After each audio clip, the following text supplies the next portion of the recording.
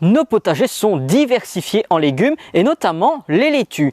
Mais le problème, c'est que parfois les laitues ont tendance à monter. Mais pourquoi est-ce qu'elles montent? Eh bien, soyez attentifs car dans cette vidéo, je vais vous l'expliquer. Et attention car certains, ça pourrait leur monter à la tête.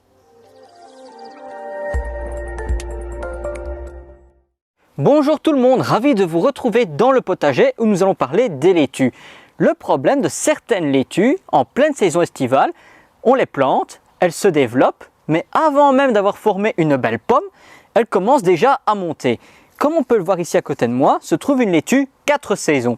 Et on peut voir qu'elle est montée en fleurs. Les boutons se forment et les premières fleurs vont bientôt arriver.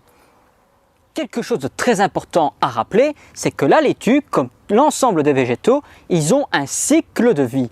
Et ce cycle va commencer par la germination des graines, le développement du feuillage et de la végétation.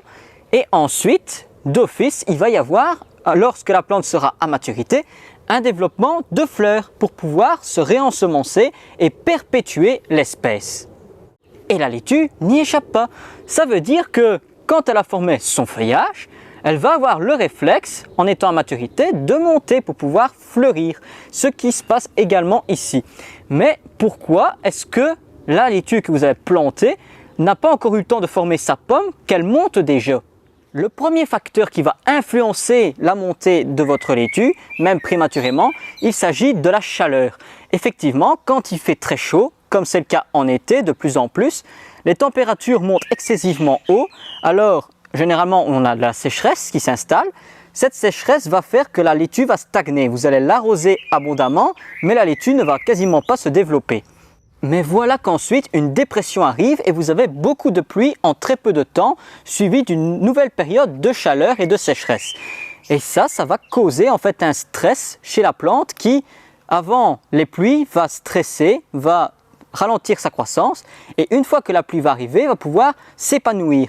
Mais son réflexe va être en fait de monter en fleurs et en graines prématurément pour pouvoir assurer sa descendance avant de mourir. Pour limiter la montée de la laitue, notamment quand il fait chaud et sec, le mieux c'est de pailler la surface de votre sol sur une bonne couche pour garder l'humidité, la fraîcheur et ainsi éviter que la laitue ne se retrouve en manque d'eau et de souffrir de trop. Mais ce n'est pas parce qu'une laitue monte que vous ne pouvez pas la consommer. Ici, à côté de moi, se trouve une feuille de chêne verte qui commence tout doucement à monter. On voit que la pomme n'est plus régulière et qu'elle commence à se colonner.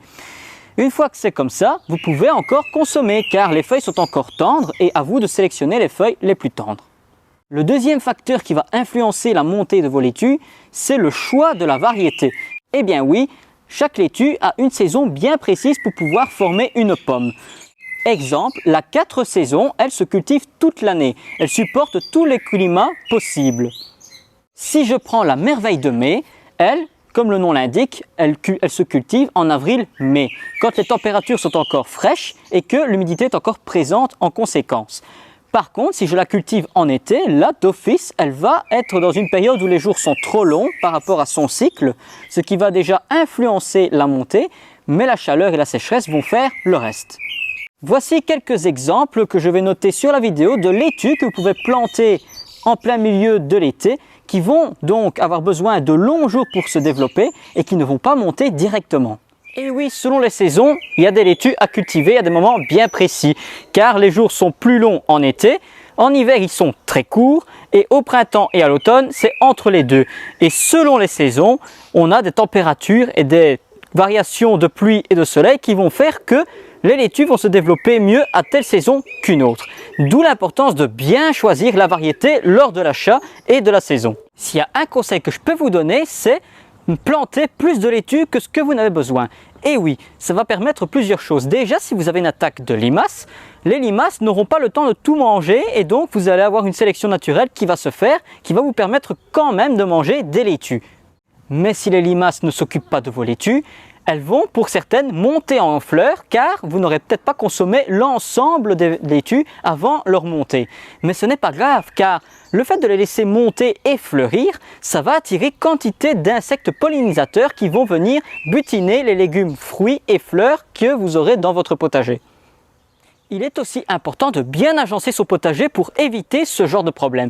Et l'exemple concret, c'est d'associer les cultures. Je peux mettre les laitues au pied des légumes qui deviennent plus grands, comme les tomates.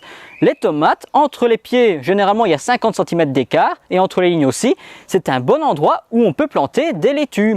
Et cela va permettre d'avoir une association soleil-ombre qui vont faire qu'elles ne seront pas totalement en plein soleil. Elles auront des zones d'ombre à certains moments de la journée et ça va limiter la casse. Maintenant que vous savez tout sur le fait que la laitue monte en été, nous allons maintenant passer à la question verte.